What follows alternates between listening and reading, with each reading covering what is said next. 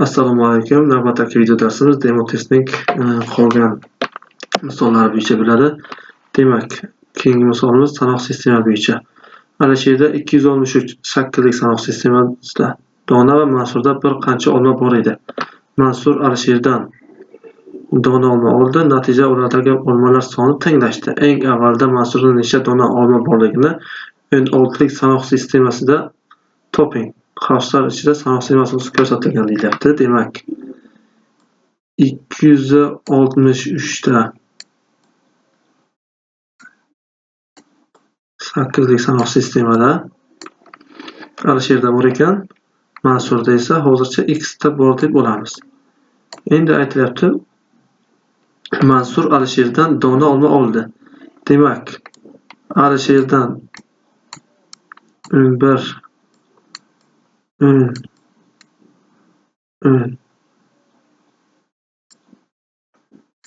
ikkilikda bu olingan va shu Mansurga qo'shildi shunisi yana.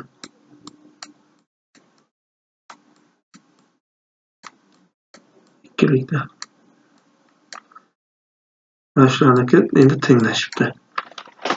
16 lik sanoq sistemani topishimiz kerak. Birinchi biz hammasini 10 lik sanoq sistemaga o'tkazib olaylik. 263 8 likdan o'tkazish kerak 10 likka. 2 ko'paytirib 8 ning kvadrati 64 plus 6 kara 8 ning birinchisi 8 plus 3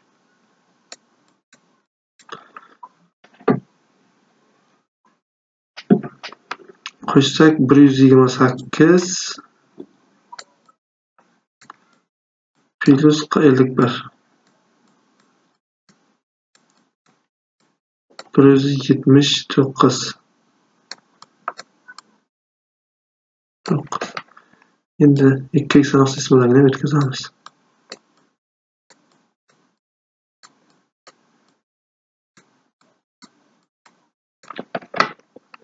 1 ko'paytiruv 2 ning 5-si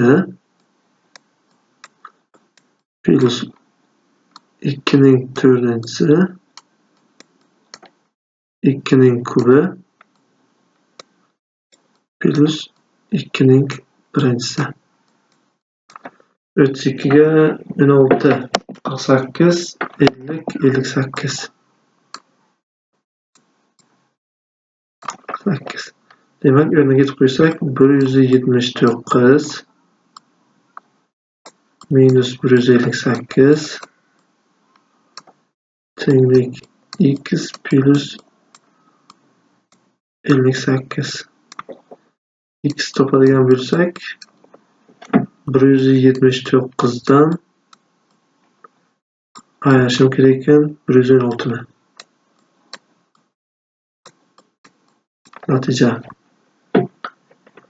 79 dan 16 ni ayirsak 63.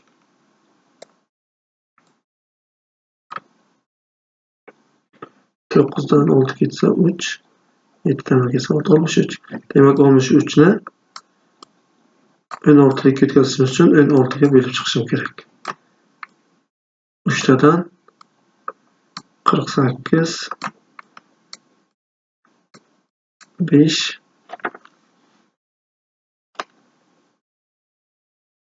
15'imiz bizda f ga teng. Demak, bu oladigan bo'lsak, bu f ga teng bo'lsa 3f ekan.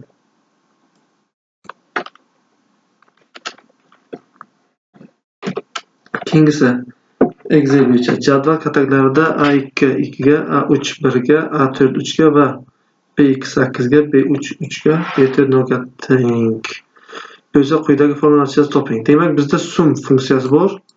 Sum funksiyasi bizda yig'indi. Demak, yig'indini plus deb ketsam bo'ladi. Bu teng plusga yig'indini bildiradi. Demak, koren bizda kvadrat ildiz.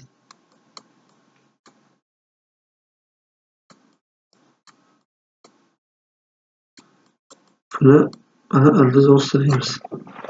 Znak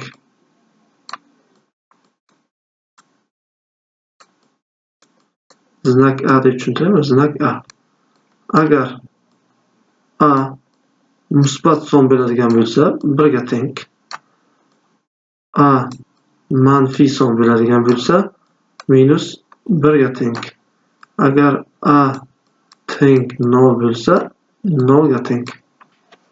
Demak, bu yerdan 1, 2, 3, 4 ta qiymatning yig'indisini so'rayotgan ekan.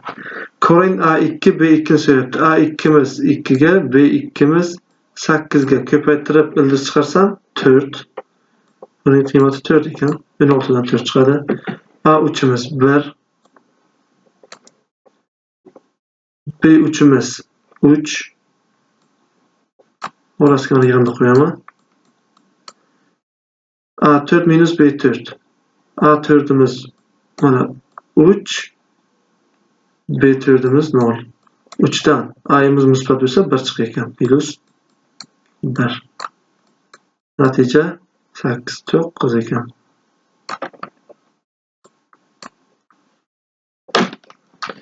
Keyingi skript bo'yicha. Ushbu skript dasturi ishga bajarilgach, yakunda A plus C yig'indining qiymati qanday bo'ladi? A plus C. Yashil bayroqcha bosganda ish bo'shasin. Demak, A ning qiymati 3. B ning qiymati 17. C ning qiymati 0. A teng bo'lsa B bo'lgunga qadar mana shu sikl takrorlansin deyapti. A ning qiymati change. Demak, o'zgartirib borish A ning qiymati 3 ga oshirilsin deyapti. 3 edi. A tenglik 3 edi. 6 bo'ldi. B ning qiymati 1 ga oshirilsin deyapti. 17 edi.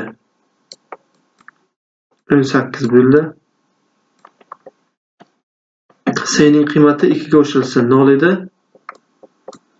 2 bo'ldi. Endi yana so'rashimiz. 6 teng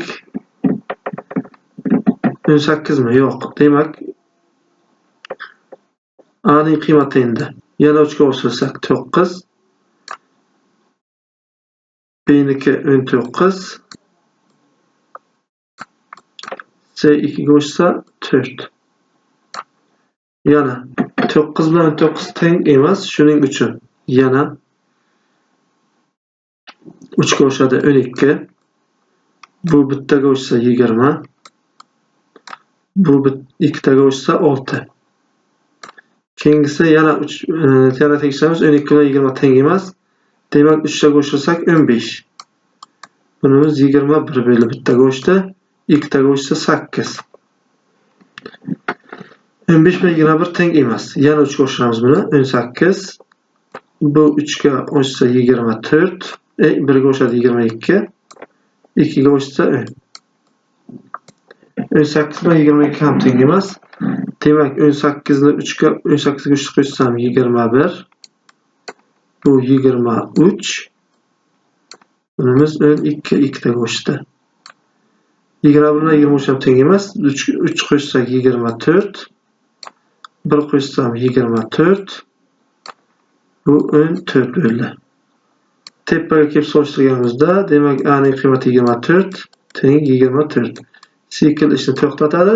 Demak, bizda hozir endi A ning qiymati 24 bo'ldi. C ning qiymati 14 bo'ldi. Shu ikkalasining yig'indisini so'rayapti.